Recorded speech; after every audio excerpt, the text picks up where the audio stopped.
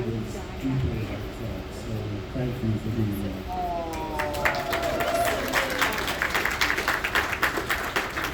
And usually we take questions, but since there's no mics, where? Oh, you're not? Yeah. Oh man, I usually like to go out in the road. Before we get started, Yes. you've done it. I have the first question to promise to somebody beforehand. I've done this for a couple of panels. We have some key out to people. What? Matt, first question. This is apple juice, by the way. Matt? Yeah, right. Sure. All right, Matt, all the way from Paris. Oh, Matt. Yeah, J'ai viande de Paris. oui, exactement. Comment ça va? Super. Ça va? Ça va? Ça va bien? Et toi? Ouais, ça va. Merci. So the name of the panel is After the Tour, right? I know that you directed a short film a few years ago called On the Roof.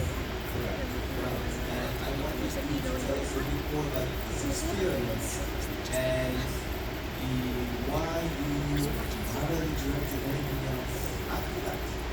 Or when will be your next project as a director? Well, you know, my daughter was, I think, 13 at the time and wanted to be a child actor. And I, having, come through this profession, really don't encourage that at all. And yet I wanted her to act, I just didn't want her to be in the business part of it. So she used to, I live in a very remote part of Los Angeles. I don't see any other houses. Nobody sees my house, my gardens and a workshop and whatnot. And she used to go on the roof and do her homework. And from the roof, you can see my neighbor, one of my neighbors' front door very clearly. At that time it was red. And she came down to dinner, after a night of doing her homework on the roof. And we were just sitting around the table and I was like, what if you saw somebody break into the neighbor's house? She was like, oh. And I was like, but what if they turned and saw you? And we wrote a short story. It was like a 30-page, 30-minute film that we made that I called in a bunch of favors. I made it for like $5,000 with friends who had red cameras and a friend who was a boom op, which is the microphone recording. And Lenny James, if any of you have seen Jericho, the guy that broke into the house. And we wound up winning like multiple film festivals. She won Best Actress at the film festival. I won Best Director in New York City. And I got asked a lot to direct films after people saw it and were into it. But to start out as a director, most of what they were offering was it was like $40,000 for the job, which I bring home like $20,000. And it takes about a year to direct a movie, from casting to production to editing, and I would have to give up all the income I usually make to make very little in a year music. So I haven't directed since. I love to act. Directing is something, when you are involved. I've worked with 6 Oscar-winning directors, and many productions, all of them are very similar in that I don't just show up and recite what they say, do what they've written. It's my job to bring them ideas and to change things to make the story better. I'm more involved by the time I come on set and more informed than anybody on the set. Part of that is my insecurity as an actor, and I may not be good enough, but I love research and I love to really develop stories, and so you show up to, as creative people together, the group of people to make a story, and so in a way I get to direct each and every scene I'm in because I have opinions on, where I move, how I move, where I'm going, what I'm doing, and why. That directors of every caliber are hoping you come in there. So, long answer to your question. But thank you.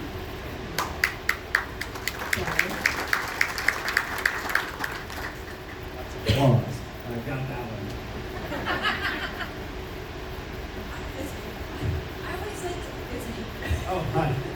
I always like to turn around and just find out what you prefer to watch. And if there's a movie or TV series that you feel is underrated that you have to That needs to be added or just something else?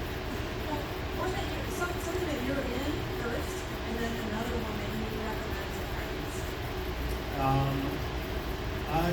Stuff that I'm in. I mean, a lot of people have seen Jericho, but I think it's a really interesting story and something that has CBS has wanted to revive for the last 20 years. I did a show called Miracles, which probably nobody saw, but it was the first TV I ever did.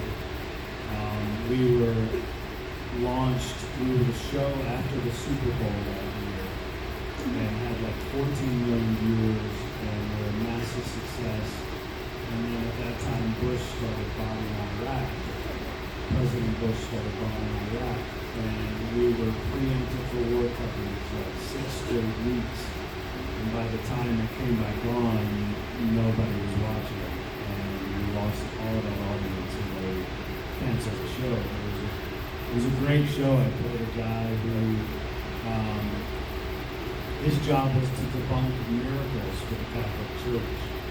And so he would go out to something somebody would claim was a miracle and scientifically prove it wrong. And he slowly lost faith as he never saw a miracle. And then eventually he met this 10-year-old kid who was healing people and was trying to debunk it, and followed him and his family. They were a media circus sort of enveloped his family, and they were fleeing it. And I'm driving, following them, and get hit by a train and left to die, and the kid comes and saves me. And I go back to the church and I'm like, this is the miracle, this is a miracle. And they were like, no, debunk it.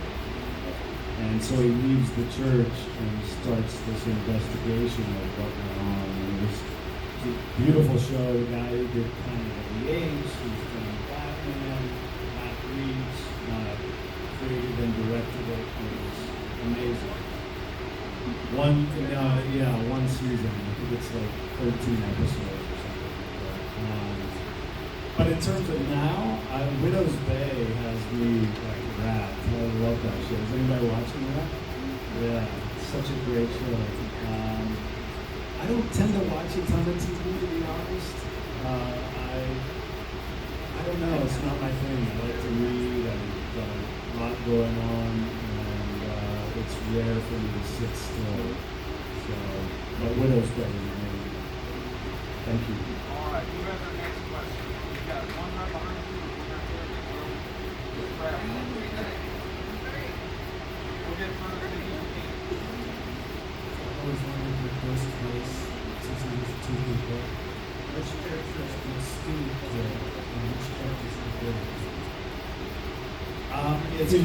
It's kind of funny that a lot of people want to know that, and Kevin Williamson, who wrote it, never knew. He never decided, and we never discussed it. It was not something we thought about at all. So really, it's fan theory.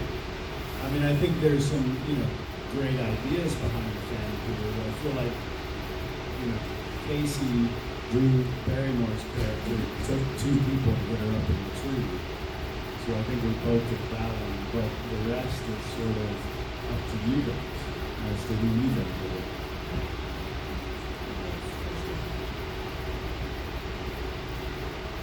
What was it like getting the opportunity to reprise your role as Billy Loomis in Scream 5 and 6? They sent me an email, the directors, Matt and Tyler, who are amazing directors, and they explained why, their infatuation with Wes Craven movies and how they really inspired them to be the directors they are now, and how they perceived it and what the storyline was going to be. And it took me 2 or 3 weeks to sort of agree to do it because I didn't know how they were going to make me look like Billy Loomis again, like 20 some years later. And they sort of addressed those questions, and I agreed to do it. And I didn't think a ton about it, to be honest. I mean, each film was like 2 days of work, and the first one, Melissa was there, and I got to play off of her.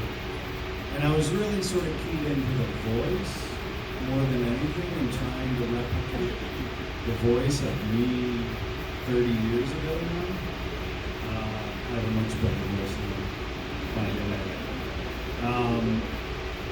So I sort of got locked into that, and I remember it was like we were shooting during COVID in North Carolina for 5, and I remember doing a rehearsal of the car sequence with Melissa, and Jack Quaid was still around. And he was walking by, and he was like, "Oh my God, I can hear it. It's Billy Loomis. I can hear it." So I was like, "All right, I'm on the right path." But that was the biggest consideration for me, was the sound of it and the look of it, how do you do that. Initially, the first, it was meant to be a trilogy of films, as the producers explained to me, of him slowly turning Sam, Melissa's character, into Ghostface. And 7 was initially meant to be her as the killer, which unfortunately didn't get to happen for stupid reasons. Yeah, that was my experience. So, my fiance wanted me to ask you, what was your experience on Riverdale? And after your character left the show, did you keep up with it at all? Where is your fiance? She's at home. She loves her character though. Are you recording this, or you're gonna tell her verbatim? You're gonna remember what I said. You're lying, there's no fiance. Riverdale. I'll show you my wife in October. I'm not doing that. When are you getting married? October 9th. Is he invited? And then we're doing, and I'm going to Oh, awesome. Well, congratulations. Glad to be a part of your honeymoon. What your question was, my experience on Riverdale, and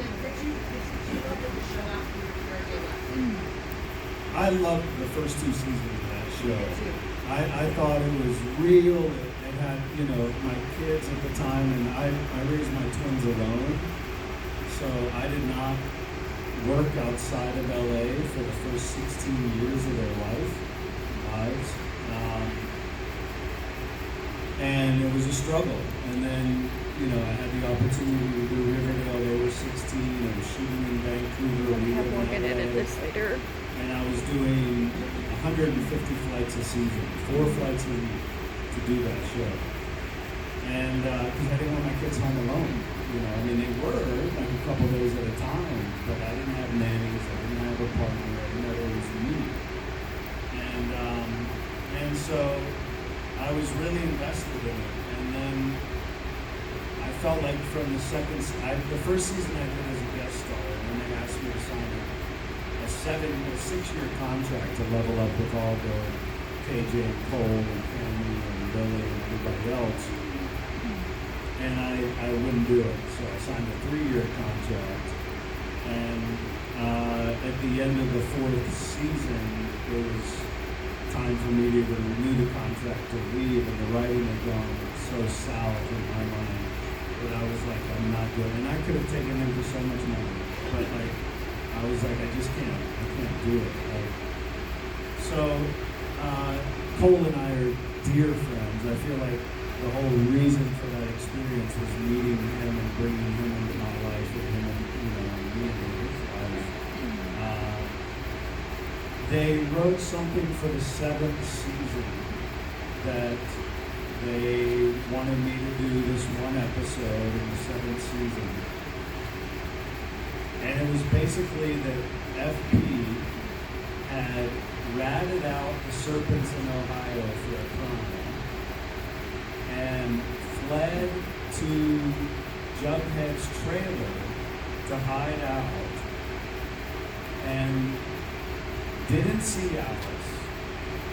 And then when Jughead found out what he had done and that the serpents were coming to kill him, he flees to Canada and leaves his son alone in the lake. And I was like, no way am I doing that. I was like, this is not at all what we set this character up to be. But a lot of great people on that show, and a lot of friendships you develop from that. So I don't regret it at all. But that's my experience. Thank you. Next question over here. Do you struggle watching like TV shows, movies, because you know the line about the scenes? Like, She said, do I struggle watching movies and TV shows because I know the business, essentially, right? I don't struggle so much. My girlfriend disagrees. She's like, oh God, why do you gotta ruin it? Like, I see like that continuity error, that, why is that possible? That's not possible. And I try and not comment too much, but I'm a fan of movies and TV. So we watched Project Hail Mary the other night, which was brilliant. The ending's a little I had read the book, but the movie's brilliant. But I guess I do struggle in that sense because I know how everything's done. I think AI and even CGI for me, it's a disconnect. I don't know about for you guys, but for me, if it can't feel like it can really happen and it's really happening, my brain cuts off when I'm watching. Like I just am like, oh, well, that's implausible, and so I don't typically watch those kinds of movies. Which obviously Project Hail Mary is a lot of CGI, but they really stuck to the character and the heart of the story. But typically that just removes me as an audience. Next one right here. I'm going to try to sneak into what books are you currently reading and what was your experience on the craft? Oh wow, those are two very diverse questions.